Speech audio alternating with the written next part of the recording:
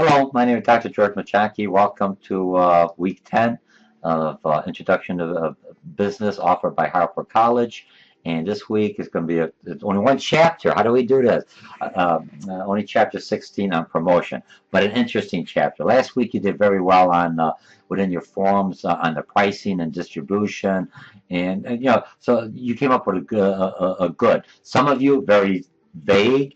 Most of you, some of you had a very detailed, so that means you already have that portion that's going to be required for the feasibility. You could cut and paste. Remember, the forms are turned off, so if you didn't copy or cut and paste what somebody else talked to you, you've lost that information. No different than someone say, hey, I got an idea for you, George. Oh, yeah, I'll remember, but I forgot it because I didn't write it down. I don't care how old you are. If you have some information, cut it, paste it. Remember, you should be already be working on your feasibility paper going forward, so you should do pretty good on that. Okay, so what do we have on week 10? Only one chapter. So you're going to be looking at this short clip that I have just to introduce you, let you know you're doing fine. You're doing, most of you are passing. I mean, all of you are passing. I think I only have one that's questionable, but majority you're receiving your C's, B's, and A's. Majority A's and B's. Okay, so what do we have in here for this week? We have the overview. You print that out, no problem. You have one forum, and it's going to be on your promotion media. I'll talk about that. You only have one connect. That's worth 20 points. So make sure you utilize that, up the points a little to help your overall grade. Because now you've got the hang of connect or the Learn Smart, and you're doing very well. You have one quiz. I think on chapter 16, I don't know if there's 10 or 11 questions, but it's worth 15 points. So you'll do well on that. Remember, when you look at the quizzes, sometimes they give you 10 points, 10 questions, sometimes 15. Always look at the bottom of the quizzes, and they'll say how many questions out of it. Because when you hit submit, and it just then I have a few students that made an error on that. Just remember, whether you take in my class or some other class, be very aware of what's out there. It tells you the time, tells you what to do, and it tells you how many questions. So if you hit it and you didn't answer a question, it'll remind you you're missing one question. So go back and see what question you missed, because you might have forgot to tag it. All right, so you're doing very good on the questions. Always look at my real quick chapters, and it expands on the concept maps, and it gives you just another touch, a face-to-face, more of a personalized. So if you'd be taking me in a face-to-face class, you kind of have a general idea how I lecture, what I think is important out of this chat. Okay, so now let's go back into our forum. This is the biggest portion of the forums, and the forums are basically, you only have your promotional mix. Now here's what I want with the forum.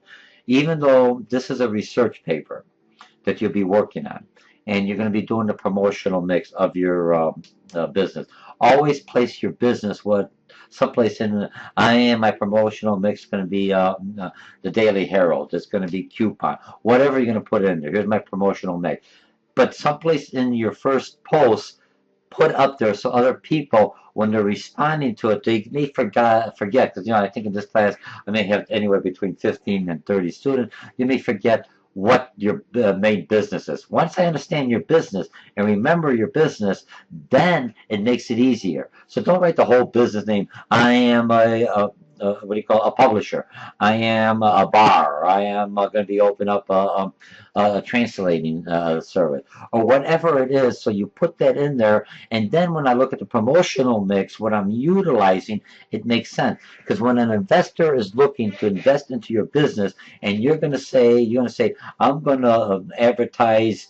My promotional mix is going to be, I'm going to advertise in the Wall Street Journal. Who are you going to advertise to? I'm advertising to Generation Y. There's a younger generations, I think from 1973, born in 1973. So they're very technological. They may not be reading. Hey, you've got a good paper, wrong target group. So then it tells me you don't understand your customer base. So what am I going to list it? You're going to provide me 3 promotional tools and media. What are you going to be using for your feasibility research? Remember, you're going to have a new service, a new product. How are you going to let people know about the service or product? Which media you're going to utilize depends on who you already told me you identified as your target market. All right, and don't tell me everybody, because we all want everybody, and because there's all exception. But you're basically going to be you're limited with the cash, so you're going to be looking at who do I think majority of people out there in this massive world, whether it's locally or globally, will come to my, will be utilizing my product or service, or which market am I expanding. I'm already, it's existing business, I'm going to expand to another product and service. Now, the other thing, some individuals have asked if they could do a franchise or a chain. If I'm doing a franchise or change, then you already have a lot of information provided by the franchise, the website. I don't want to see kind of a copy of that. You're going to get very little point. Even if I'm a franchise, I worked with a business, a smaller business, a franchise, Curves. Now, Curves is generally has a global audience. They're all over. So when they're helping out, to help them from a global perspective. But the owners, the franchise owners, they have to find the land. They have to find the geographic. We're going to open up the store. They have to do some kind of local campaign that the corporate will not sponsor, because why would they want to sponsor? So how do I get them locally to understand that Curves is opening up into this thing, into this geographic area? So if you're doing something like a franchise, you still are doing a lot of things. You have to do it locally. I do as a consultant. I said when I used to do consulting, would basically help the small ones to open up. Sure, you've got their advertising ads or anything else, but you have to advertise and work it for a local. So you're going to select your promotional tools. 3 of them. It could be a newspaper, it could be the ad, it could be a billboard, or it could be a coupon or something to get information in, or flyers. If I'm going to hand out flyers in all the windows, I'm going to toss a flyer and say 50% off on your first purchase. Maybe I'll keep this flyer. That's a promotional tool. Okay. So how are you going to get them in the store, your business, or try it out? Remember when we did the SWOT analysis a while back, I kept on asking you. I said, if I look at the SWOT, if I'm doing an investment, or if I'm an a financial planner, then I would want to make sure all my education and knowledge makes sense.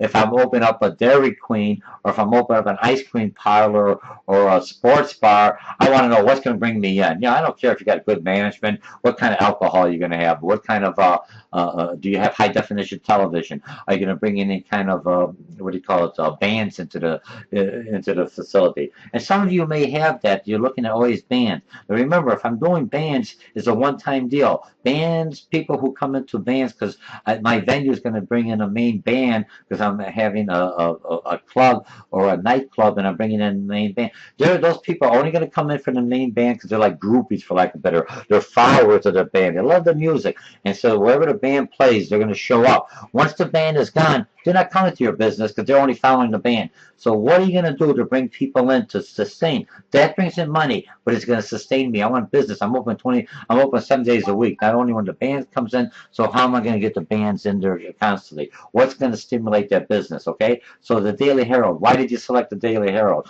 And then you're going to say, when are you going to open up the Daily Herald? I mean, when are you going to put the ad? You're going to do it a month ahead of time, or are you going to do it closer to when you open up the new business or the venture?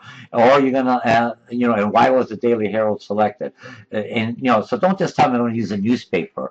I'm going to open up a business in Chicago. I'm going to advertise in the Chicago Tribune, Sun-Times, whatever. Why? I'm going to use a radio station. What radio station? I need specifics, because at this specifics, if I'm going to tell you as a capital, or if you have this, you go into the next step, you're going to have the specific. You're going to have detail. Part of business, part of doing the research is to have some detail, and you're getting detail from secondary data. You're looking at the radio station. Who are their demographic customers? Doesn't make sense. If I'm opening up a country western bar, I should be able to target, what is it, 99.5 is country and western, but why that one? There's also a lot of local stations. I'm opening up a local radio station, and this is the reason. And why are they doing it? Or I'm going to put my ad on Route 12 or whatever out there. Whatever intersection. Why? Because there's traffic jam. That's why people are doing it. That's what I want to hear. So you're going to give me this information, and then you're going to look at your competitors. What is your competitor? How's your competitor? You got to remember, you already identified one of your competitors. So just pick one of your competitors, the major one, and how is he or she advertising. So you're going to have something to offset his or her campaign, because that's what they're reading. Because why reinvent the wheels? If the competition is using the Daily Herald, or the competition has something on this radio station, why they utilize? Because they already know people are coming in from that station. So they already did some of the work for me. If you look at McDonald's, McDonald's is the first one coming up, and then Burger King and Wendy's, they kind of see where McDonald's advertise, and they follow suit. Because if they're already if McDonald's already identified the customers there, I'm going to identify. But what's going to make your campaign different? What's going to make your product different or stand out from the other one? So that's this week. I know it's I've got 10 minutes so far. When I glance to the side, when you look at me glance to the side, I'm looking up on top. I have other video streaming going on. I want to just make sure it works. Okay, so that takes care of this week. We're doing pretty good.